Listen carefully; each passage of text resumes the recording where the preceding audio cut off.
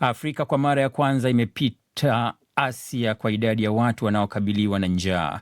Ripoti mpya ya Umoja wa Mataifa yaonyesha watu milioni 309 barani humo wanakabiliwa na tatizo hilo. Migogoro, mabadiliko ya tabia nchi na gharama za chakula vinatajwa kuchochea hali hiyo. Takwimu mpya ya Umoja wa Mataifa zinaonyesha Waafrika 2 kati ya 3 hawawezi kumudu lishe bora. Mengi zaidi na Babu Abdalla. Afrika imekuwa kwa mara ya kwanza bara lenye idadi kubwa zaidi ya watu wanaokabiliwa na njaa duniani, kulingana na ripoti mpya ya Umoja wa Mataifa kuhusu usalama wa chakula na lishe duniani ya mwaka 2026.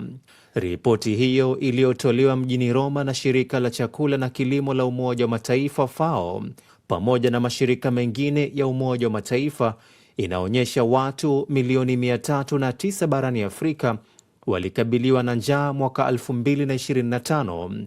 Hiyo ni sawa na asilimia 20 ya wakazi wa bara hilo, ikilinganishwa na watu milioni 292 barani Asia.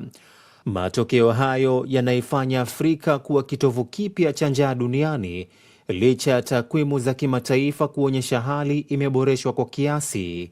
Ku Dongyu ni mkurugenzi mtendaji wa shirika la FAO na amesema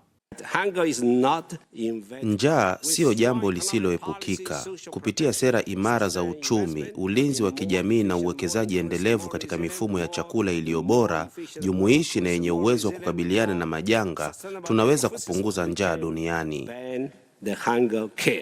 Kulingana na ripoti hiyo, Somalia, Sudan Kusini na Sudan ni miongoni mwa maeneo yanayokabiliwa na hatari kubwa ya uhaba wa chakula. Umoja wa Mataifa unakadiria kuwa watu milioni 645 duniani walikabiliwa na njaa mwaka 2025, kupungua kutoka milioni 688 mwaka 2022. Mkurugenzi wa kitengo cha uchumi wa mifumo ya chakula cha FAO, David Laborde, amesema mwelekeo wa njaa duniani umehama kutoka Asia kuelekea Afrika, huku baadhi ya nchi za Asia zikifanya maendeleo makubwa katika kupunguza tatizo hilo.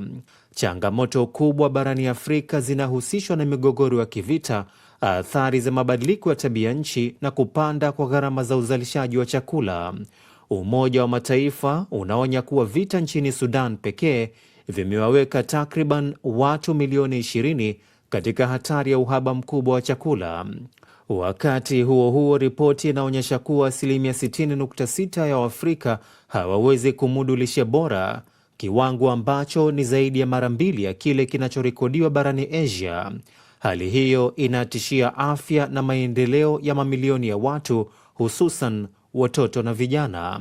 Hata hivyo, mashirika ya misaada yanasema kupungua kwa idadi ya watu wenye njaa duniani hakupaswi kuleta hali ya kuridhika.